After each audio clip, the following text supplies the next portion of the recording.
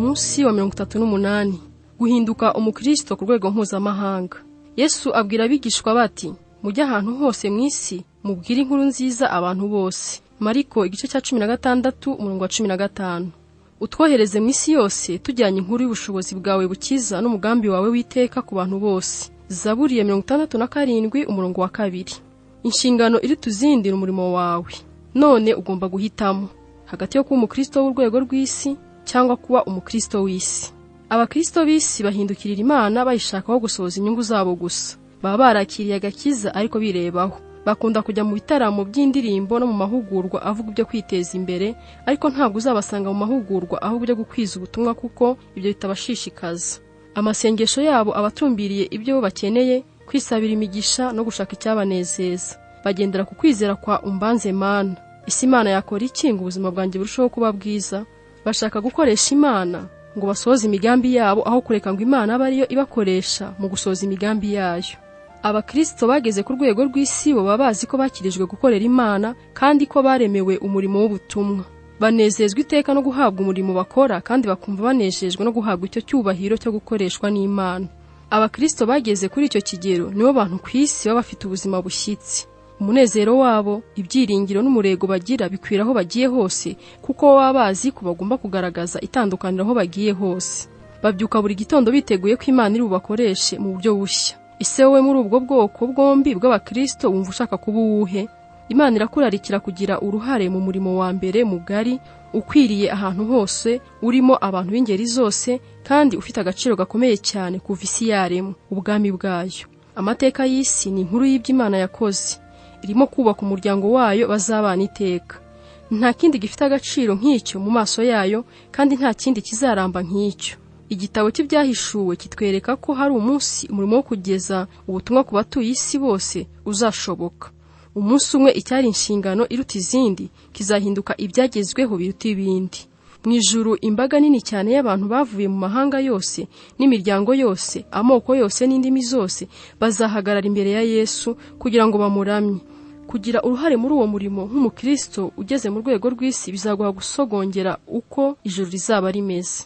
Ubwo Yesu yabwiraga abigishwa be ngo bajya ahantu hose mu isi bababwira inkuru nziza kuri buri muntu wese, ako gatsiko k'abigishwa bakennye baturuka mu bihugu byo mu burasirazuba bwo hagati butazwi bumvise bibarenze. Ingendo se bari kuzikora bate? Bari kugenda n'amaguru cyangwa ku nyamaswa kandi zitihuta? Kuko ubwo nibwo bushobozi bwonyine bari bafite bwo kubatwara, nta mato manini yambukaga inyanja yariho. Ibyo byose bikagaragara nk'inzitizi zari kubabuza kujyana ubutumwa mu isi yose. Uyu munsi dufite indege, amato, gari ya moshi, amabisi n'izindi modoka. Ubisi yabaye nto cyane kandi buri munsi igenda irushaho kuba nto. Ushobora kuguruka n'indege bikagutwara amasaha gusa, umunsi ukurikiyeho ukaba uri mu rugo iwawe uramutse ubikeneye. Uburyo bwo kujya mu ivugabutumwa ry'igihe gito mu mahanga busigaye bwarabaye bwinshi kuri buri mukristo usanzwe. Buri gace k'isi karagukingukiye. Icyo ukeneye ni ukubaza abashinzwe ibigo by'abagenzi gusa. Nta rwitwazo dufite rwo kutajyana inkuru nziza mu isi. Ubu noneho kuvaho internet yaziye, itumanaho ryatumye isi irushaho kubana. Nyuma za telefone na fax, umukristo wese ufite internet ashobora gusabana n'abantu bari muri buri gihugu ku isi. Isi yose ubu uyifite ku mitwe y'intoki zawe. Ubu n'ibyaro byinshi bisigaye bifite internet. Ubu ushobora kugeza ubutumwa ku bantu benshi mu mpande zose z'isi ukoresheje email utagombeye kwirirwa uva iwawe mu rugo. Iki nicyo gihe cy'amateka y'isi aho gusohoza inshingano yo kuvuga ubutumwa bwiza yoroshye cyane. Inzitizi z'umurimo ntabwo zikiri ingendo ndende, amafaranga cyangwa uburyo bwo kugenda. Inzitizi dusigaranye ni imwe gusa, uburyo dutekereza. Kugira ngo ushobore kuba umukristo wo ku kigero cy'isi yose, ugomba guhindura ibintu bimwe na bimwe mu mitekerereze yawe. Uburyo ubona ibintu n'uburyo byitwaramo bigomba guhinduka. Gutekereza nk'umukristo mu rwego mpuzamahanga. Uve ku muco wo kwitekerezaho ujye utekereza ku bandi. Bibiliya iravuga ngo, nshuti zanjye, mureke gukomeza gutekereza nk'abana, mutekereze nk'abantu bakuru. Iyo niyo ntambwe ya mbere yo guhinduka umukristo wo mu rwego mpuzamahanga. Abana bahora bitekerezaho gusa, abantu bakuru batekereza ku bandi. Imana irategeka ngo umuntu ye kwizirikana ubwe gusa, ahubwo muzirikanane n'abandi. Birumvikana ko iyi ari impinduka ikomeye mu mitekerereze kuko ubusanzwe ku gakamere yacu twirebaho kandi hafi amatangazo yose yo kwamamaza abaduhamagara kwitekerezaho kurushaho. Uburyo bwonyine bwo kugera kuri iyi mpinduramatwara ni ukwishingikiriza ku Mana umunota ku munota. Umugisha dufite ni uko Imana itatureka ngo twigeragereze twenyine. Imana yaduhaye umwuka wayo, niyo mpamvu twe tudatekereza nk'uko ab'isi batekereza. Utangire ujye usaba umwuka wera akwigishe gutekereza ku bukene bw'abatizera igihe cyose uvugana nabo. Iyo ubyimenyereje ushobora kujya usenga amasengesho yo mu mutima ku bwabo muhura bose. Wenda ukabwira Imana uti, Data, mfasha kumva ikibuza uyu muntu kukumenya.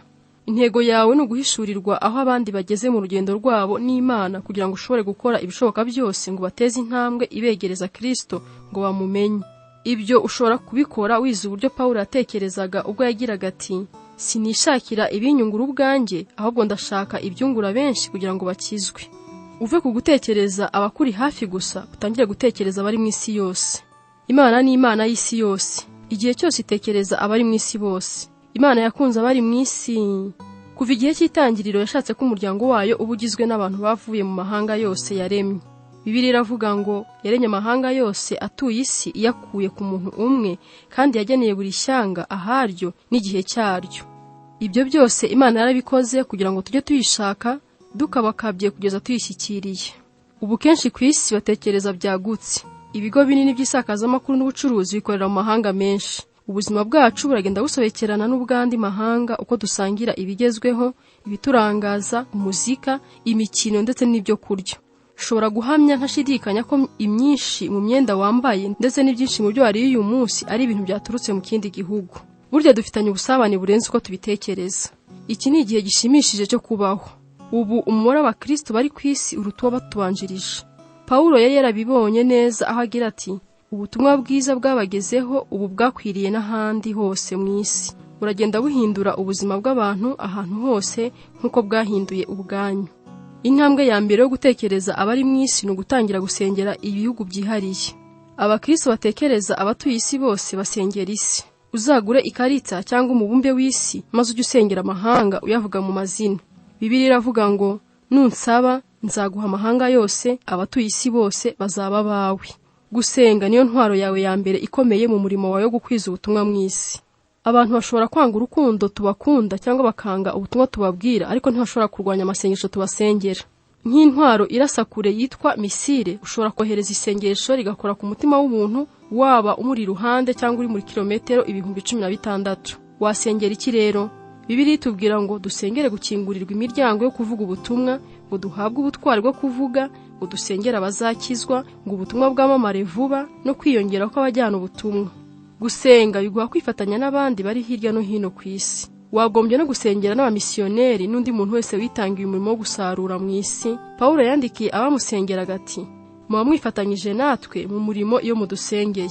Niba wifuza ibindi bitekerezo ku buryo bwo gusengana ubwenge usabira isi n'abakozi ba Gikristo bari mu murimo w'ivugabutumwa, urebe mu mugereka wa 2 w'iki gitabo. Ubundi buryo bwo kwagura ibitekerezo byawe ni ugusoma no kureba amakuru wifashishije indorerwamo y'inshingano isumba izindi yo kujyana ubutumwa. Ahantu hose habaye impinduka cyangwa amakimbirane, burya Imana ibikinguye umuryango ngo yiyegereze abantu. Abantu bakingukira Imana iyo bari mu bibazo cyangwa mu nzibacyuho kuruta ibindi bihe byose. Kubera ko isi yacu ihindagurika cyane, abantu benshi bafungukiye kumva ubutumwa bwiza muri iki gihe cyacu kuruta ibindi bihe byose. Uburyo buruta ubundi bwo kwagura ibitekerezo byawe ni uguhaguruka ukajya mu rugendo rw'igihe gito, ukajya kuvuga ubutumwa mu kindi gihugu. Nta kintu gishobora gusimbura kwigerera ahandi ugakora imirimo n'amaboko yawe mu bantu mudahuje umuco. Rekera aho kwiga no guhora uvuga, ujye impaka ku murimo Imana yaguhaye utangire uwukore. Ngaho haguruka utangire ukorane umwete. Mu gitabo cy'ibyakozwe n'intumwa, igice cya mbere umurongo wa 8, Yesu yaduhaye icyitegererezo cy'uburyo bwo kwinjira mu murimo. Muzabwira buri wese muhuye ibyanjye muri Yerusalemu, muri Yudaya yose, muri Samariya n'ahandi hose mu isi. Abigishwa be bagombaga kubwiriza abaturanyi babo, Yerusalemu, igihugu cyabo, Yudaya, abo mu gihugu badahuje umuco, Samariya, bakajya no mu yandi mahanga, ahandi hose mu isi. Niwitegereza urabona neza ko umurimo wacu ugomba gukorerwa icyarimwe, kuko ntabwo Yesu yavuze ko kuriya ariko bizagenda bikurikirana. Nubwo buri mukristo atahamagariwe kuba umumisiyoneri, buri wese yahamagariwe kugira umurimo akora ku bw'izo nzego enye mu buryo bumwe cyangwa ubundi. Ese waba uri umukristo nk'uriya bavuga mu byakozwe n'intumwa igice cya mbere umurongo wa 8? Wiha intego yo kugira uruhare mu mushinga w'ivugabutumwa ugamije rimwe muri ariya matsinda 4. reka ngutere umwete wo kubika amafaranga no gukora ibishoboka byose ngo ujye kuvuga ubutumwa bw'igihe gito mu kindi gihugu bidatinze. Hafi buri muryango wohereza abamisiyoneri ushobora kugufasha kubigeraho. Bizagura imbibi z'umutima wawe, byagure icyerekezo cy'ubuzima bwawe, bizamure kwizera kwawe, bikongerere umutima w'imbabazi, kandi bikuzuza umunezero utigeze umenya mbere. Bishobora no kuzana impinduka ikomeye mu buzima bwawe. Urekeraho gutekereza ibya hano nonaha, utangire gutekereza ibizahoraho. Kugira ngo ukoreshe igihe cyawe neza ukiri hano ku isi, ugomba guhora utumbiriye ibizahoraho. Ibyo bizatuma udaha agaciro iby'umumaro muke bigufashe gutandukanya ibigaragara nk'ibyihutirwa, nyamara iby'agaciro gake ni ibizagira umumaro mu bugingo buhoraho. Paulo yaranditse ngo ntabwo dutumbira ibiboneka ahubwo tureba ibitaboneka, kuko ibiboneka ari iby'igihe gito naho ibitaboneka bikaba iby'iteka ryose. Byinshi mu byo dutaho imbaraga ntabwo bizaba bigifite agaciro nyuma y'umwaka umwe, uretse no kukagera mu buzima bw'iteka. Ntuzagurane ubuzima bwawe ibintu by'igihe gito. Yesu yaravuze ati, umuntu wese urangara ntasohoze neza umurimo namuteguriye ntabwo akwiriye kwinjira mu bwami bw'Imana. Paulo nawe yatanze imbuzi agira ati, iby'isi kwereka ujye ubikoresha utarenze urugero. Iyi si ubona irashira aho bukera. Ni ibiki wemereye kuguhagarara imbere none bikaba bibangamira umurimo wahamagariwe? Ni iki kikubuza kwaguka ngo ube umukristo wo mu rwego rw'amahanga? Icyo cyaba ari cyo cyose kizibukire. Twiyambura ibituremerera byose cyangwa bikadusubiza inyuma. Yesu yatubwiye kwirundanirizaho ubutunzi bwacu mu ijuru. Ibyo rero twabikora dute? Mu magambo amwe yavuze abantu bakunze gusobanura nabi, kandi ndababwira nti ubutunzi bubi mu bushakisha inshuti, kugira ngo nibushira bazabakire mu buturo bw'iteka. Ntabwo hano Yesu yashakaga kutubwira ngo tujye dukoresha ubutunzi twigurire inshuti. Icyo yashakaga kuvuga ni uko ugomba gukoresha amafaranga Imana yaguhaye ngo uzane abantu kuri Kristo. Nibwo bazaba inshuti zawe z'iteka zizakwakira nugera mu ijuru. Nibwo buryo bwo gushora umutungo wawe kuruta ubundi. Wenda wigeze kumva amagambo bakunze kuvuga ngo nta bintu uzajyana n'uva mu isi, ariko Bibiliya iravuga ngo ushobora kubyohereza bikakubanzirizayo ubitanga ku bantu bajyayo. Bibiliya iravuga ngo nibakora ibyo bazaba bibikiye ubutunzi bw'ukuri mu ijuru, uko niko kwizigamira kudahomba mu bugingo buhoraho. Kandi hagati aho bazaba bafite ubuzima bwa Gikristo bwera imbuto nyinshi igihe bakiri ku isi. Uve mu guhora ushaka impamvu zo kudakora, ahubwo utangire ushake uburyo bushya bwo gusohoza umurimo wahawe. Niba ubishaka ntuzabura uburyo bwo kubigeraho, kandi hariho n'imiryango ishobora kugufasha. Dore zimwe mu mpamvu rusange abantu benshi batanga mu gihugu cya Amerika. Icya mbere, jye mvuga ururimi rumwe rw'Icyongereza. Ibi bishobora guhinduka imbaraga uramutse ubishatse, ko mu bihugu byinshi hari abantu benshi cyane bashaka kwiga Icyongereza kandi yifuza kukimenyereza. Icya kabiri, jye ntacyo nshoboye. Nabyo sibyo. Hari icyo ushoboye. Ibikugize uwo uri we birimo buri bushobozi na buri kamenyero wavanye mu byo waciyemo bishobora kugira akamaro. Icya gatatu, njye ndakuze cyane cyangwa ndacyari muto. Buri muryango wohereza abamisiyoneri ugira imishinga yo kujyana ubutumwa ijyanye n'ibigero byose by'imyaka. Ufashe urugero rwa Sara wasekaga ko Imana itamukoresha kubera gukecura, cyangwa Yeremiya wabwiraga Imana ko akiri umwana, bose Imana yashyize ku ruhande impamvu zabo bayihaga. Wivuga uti ndi umwana, kuko abo nzagutumaho bose uzabasanga, kandi icyo nzagutegeka cyose nicyo uzavuga. Ntubatinye kuko ndi kumwe nawe kugira ngo nkurokore. Wenda wari utegereje umuhamagaro udasanzwe w'Imana, ukaba umaze iki gihe cyose utegereje kuzumva ikintu gishya muri wowe, cyangwa hakagira ikintu kidasanzwe kikubaho. Nyamara Imana yagiye isubiramo kenshi umuhamagaro wayo.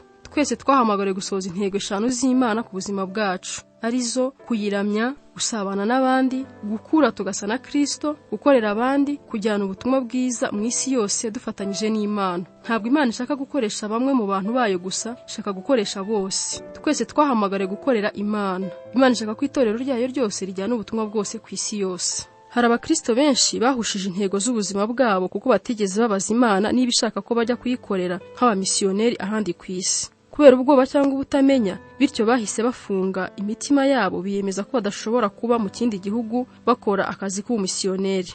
Niba wumva nawe uri mu babwira Imana ngo oya iramutse ishatse kukohereza, bigutere gushaka uburyo buriho bwo kujya hanze muri iki gihe. Bizagutangaza uburyo ari bwinshi. Usenga Imana ubikuye ku mutima, kandi ubaza Imana icyo ishaka ko wakora mu myaka iri imbere. Umubare utabarika w'abamisiyoneri urakenewe muri iki gihe gikomeye, kuko imiryango myinshi irimo gukinguka mu buryo butigeze bubaho mu bice byatubanjirije. Niba ushaka gusa na Yesu, ugomba kugira umutima wagukiye isi yose. Ntiwagombye kwishimira kubona inshuti zawe n'umuryango wawe gusa bagera kuri Yesu. hari abantu barenga miliyari 6 ku isi, kandi abo bose Yesu ashaka ko abazimiye muri bo bamugarukira. Yesu yaravuze ngo uwanga ubuzima bwe ku bwanjye no kubw'ubutumwa bwiza niwe uzamenya kubaho nyakuri icyo bivuga. Inshingano iri tuzindi niwo murimo wawe, kandi iyo ushohoje uruhare rwawe muri yo nibwo ugira ubuzima bufite agaciro nyakuri. Gutekereza ku ntego y'ubuzima bwanjye. Ingingo yo kuzirikana. Inshingano iri tuzindi niwo murimo wanjye. Umurongo wo gufata mu mutwe. Utwohereze mu mahanga yose tujyanye inkuru y'imbaraga zawe zikiza n'imigambi yawe ku bari mu isi bose. Zaburi ya 67 umurongo wa 2. Ikibazo cyo gutekerezaho. Ni ibiki nakora kugira ngo nzashobore kujya mu rugendo rw'igihe gito kuvuga ubutumwa mu kindi gihugu mu mwaka utaha?